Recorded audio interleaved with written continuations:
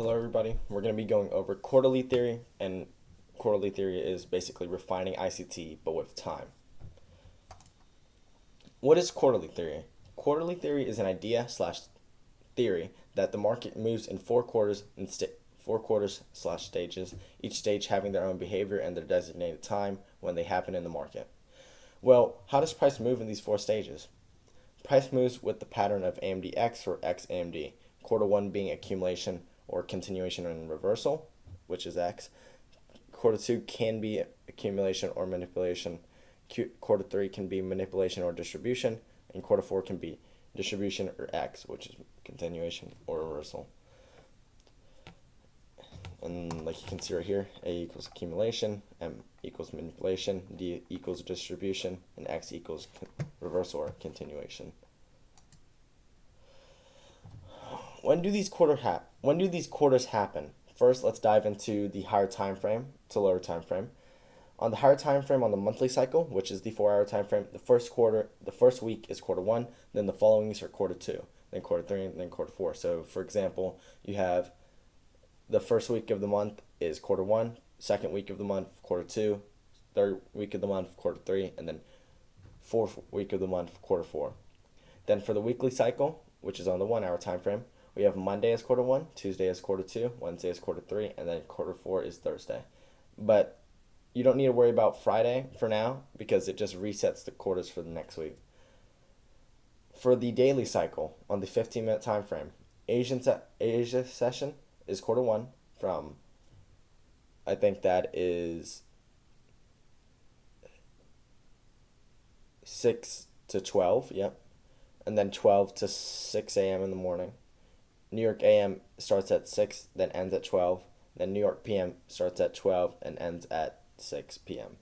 And all of these are in New York time, which is,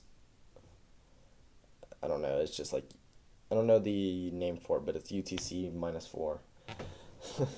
For the 90-minute cycle slash 5-minute time frame, there's a lot of time there's too many quarters, so I'm just going to make it simple. You take the entire quarter of a session of the daily cycle. So it's like if we were in Asian session, we would divide, since quarterly theory is more like you divide time into like 4 quarters, right? You would divide how long one session of daily cycle is, which is 6 hours, divided by 4. And since 6 hours is 360 minutes, if you divide that by 4, it's 90 minutes. So every 90 minutes of a session will be 1 quarter of the 90-minute cycle.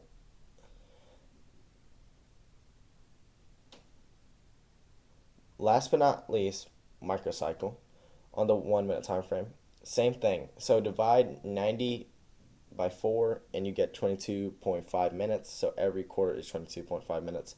I know there's a lot of numbers in the last two that you don't want to calculate, but I do have an indicator that you can use to make this a lot easier and you can use quarterly theory better. True opens. What are true opens? True opens are the opening price of the beginning of quarter two of every cycle. Now, how can we use them? A simple rule of thumb is buy below true opens and sell above true opens. So let's say you see an entry trigger, but it's like, so let's say you want to short, right? And you're above true open. Then that means that, yeah, you can short. That's like a little confluence to say that, yeah, you can short. But like, let's say in a scenario where it wouldn't be valid, let's say you're below true open, but you want to short as well. Then it's like, oh, you have a little bit less probability, you know? Midnight open's like you could use it as a draw on liquidity because it acts like a magnet. Midnight open is true open. True open, the one that I use the most is true day open on the 15-minute time frame right here. True day open happens at the second quarter of every cycle. So, but since it's on the 15-minute time frame, true day open starts at midnight. So that's 12 o'clock at night on New York time. I don't usually use true month open. I think there was actually true week open, but I think I forgot keep it in here, but I usually just use true day open, and the lower ones I don't really think are that significant, but you can look into it. I'll have it in what is it called, in the description, or yeah. Time to move in the charts and show how to use these quarterly theory concepts. Hello everybody, this is going to be our first chart example but this one's going to be on how the stages of price look in the market with quarterly theory. Okay, so first thing that I want you guys to know is that we're actually just going to go all the way back to here. And I'm going to try to make it so we don't see historical cycles. So just focus on these 4 boxes. The indicator I'm using is day quarterly theory by 2 degrees, and it can help you make quarterly theory a lot simpler since it will mark out the boxes of the stages of price. One thing you do need to really understand is that nothing in this market is 100%. You will never find something that's 100% within this market. It's not going to be possible. But you can get something very high win rate. And how do we do that? By anticipating how price is going to move. We're going to be basically guessing. You'll never know exactly for sure how the market's going to move, but you can get extremely high accuracy by basically just, I guess, practice. I mean, there's nothing else you can really do. I mean, you can just keep learning how to do it, and the more you learn, you'll get more accurate and be more precise. But first thing that we see, quarter one. What does quarter one usually do? Well, let's think. Quarter one has basically 3 options. You start with XAMD or AMDX. In my opinion, you do see continuation sometimes, but it usually goes like from the last quarter's. So how it usually works is the last quarter's movement. So let's say the last quarter reversed or continued, right? If it had an X in last quarter, we can anticipate that the next quarter, well, let's say quarter 4 of the last cycle, quarter 4 reversed, right? So we got a very sharp move down. We didn't really see that right here, but let's just say, for example, the last quarter moved down a lot, like moved straight down and reverse instead of, chopping up like here. So we can anticipate that the next one is going to chop up. And what do we see? Price is chopping, making liquidity, accumulating liquidity. And then into quarter 2, what do we see? A manipulation move that comes down, takes all this liquidity right here, the sell side. We take all the sell side right there, and then we create an SMT, and then price turtle soups that SMT low, and then moving into quarter 3, what do we see? A big move up. You could say that this is like a smaller AMD right here, since you see this chop, and then you see this manipulation, and then you see this continuation. But looking at it from a larger perspective, we can see that price accumulated in the first quarter, making this. Let me actually make this a little bit simpler for you guys.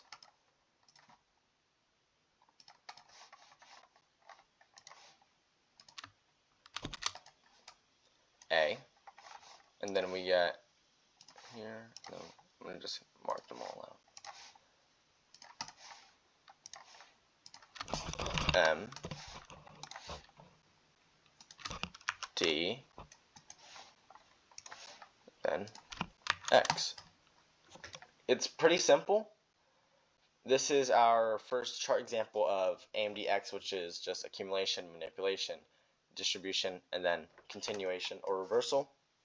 But something that I want you guys to keep in mind as well is that sometimes, based on what I've seen, the market will sometimes accumulate in our X. It won't always be like a continuation, since it could be XAMD, but I also think that price also accumulates at the 4th quarter a lot. But yep, that's our first chart example for XAMDX. Next one we will do is going to be XAMD, and I'll show you guys. Hello everybody, this is going to be our little, what is it called? A little demonstration of XAMD and the other version of quarterly theories stage and how they react to, or what they do in the market. Now, looking into quarter one, which is this white box, we see that we have price moving very one way. The price isn't really chopping up, like moving sideways. I guess you could say like maybe in a way, but not really. Just look at like price move lower and then price came up a little bit. But let's say this could be our X because price moved lower, right? Price didn't really chop up in a way. Now looking at quarter one chopped up quite a bit. We see that quarter one is actually pretty sideways. You could say that the sides are a little bit, one way, but we see that for the majority of quarter two, that we started chopping sideways. So let's just list it out as X,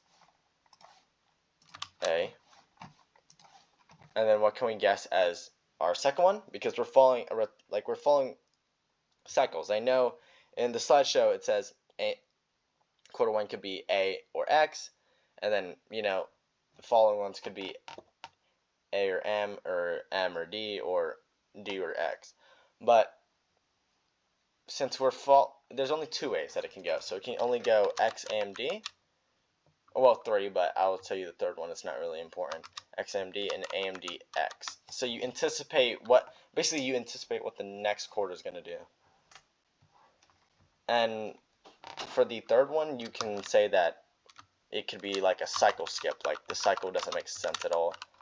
So it's like if three just follow one way, then yeah, that's just a cycle skip. You can skip it. For XAMD, it would be continuation, chop, manipulation, and then distribution, like we see right here. So, oh, sorry. I don't know what just happened. We can go back. What do we see?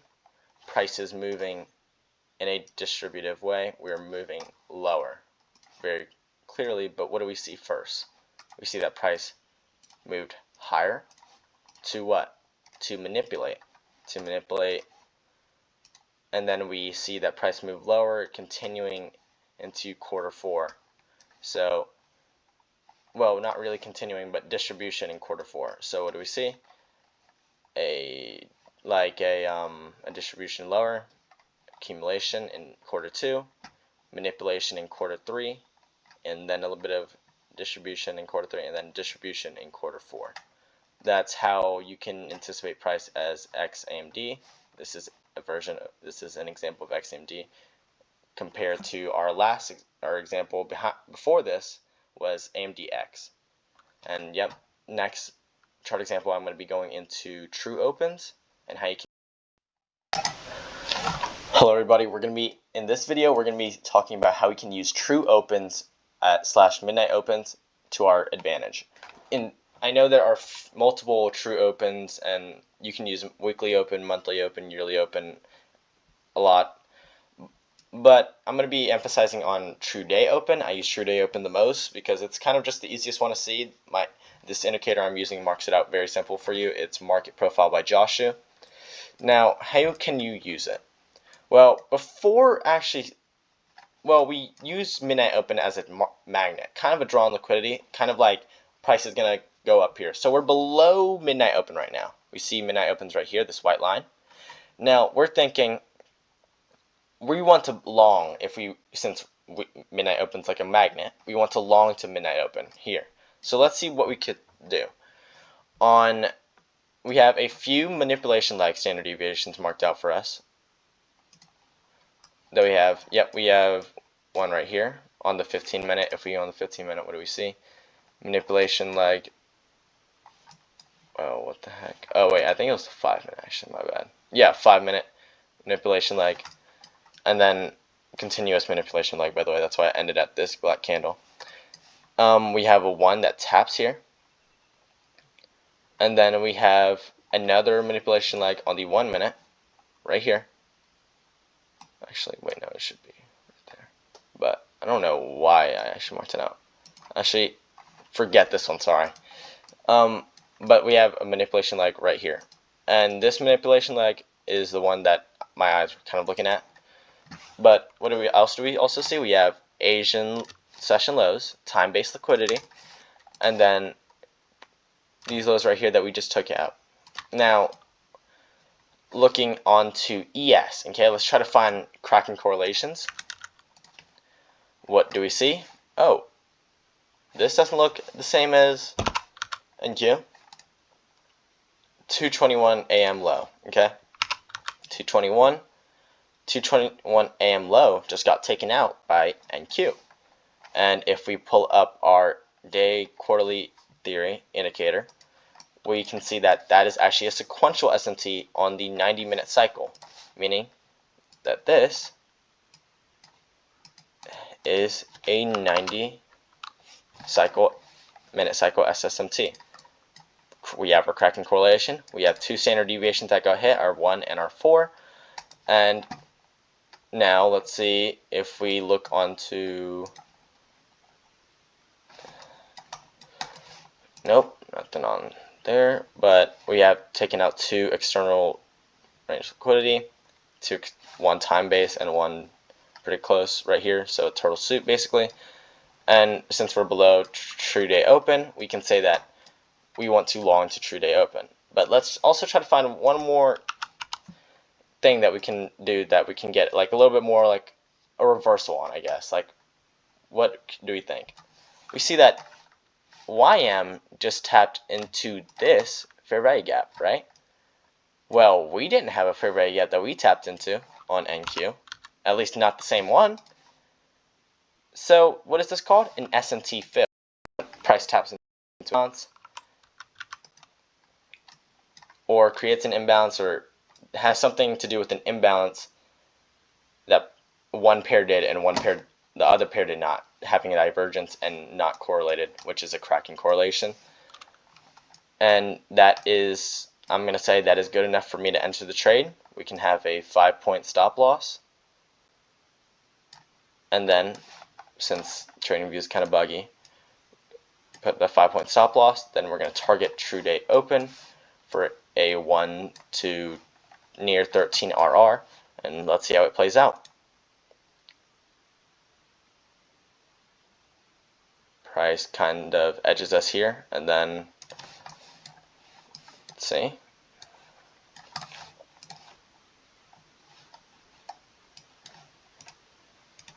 Price pushes a lot higher, tapping into our take profit and officially hitting our take profit. Now, you might wonder, why did price retrace quite a bit? We also had on the 5-minute a precision swing point right here. This is why price kind of remained in this little area for a little bit instead of immediately just pushing higher.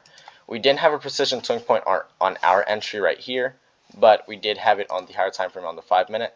So you could say that it's still like a pretty good, what is it called, example. But I mean, you wouldn't have seen it, but still. And if you were to enter on the 5-minute precision swing point being made, you would have had a 1, 2, 3 RR. Not bad, but we also really want to get a really precise entry. Having a 5-point stop, a fixed stop loss, like a stop loss that we made, is good enough for us. A 1 to 12 is definitely great. Risking 5 points to make 65. And I think that is pretty much it. Just remember that true day open is a very good way to see where price might head towards. It's like a magnet. It's kind of like if price pushes way too high from it, it will likely come back to it. But yep, I think that's all that I have for this video, and see you guys next time.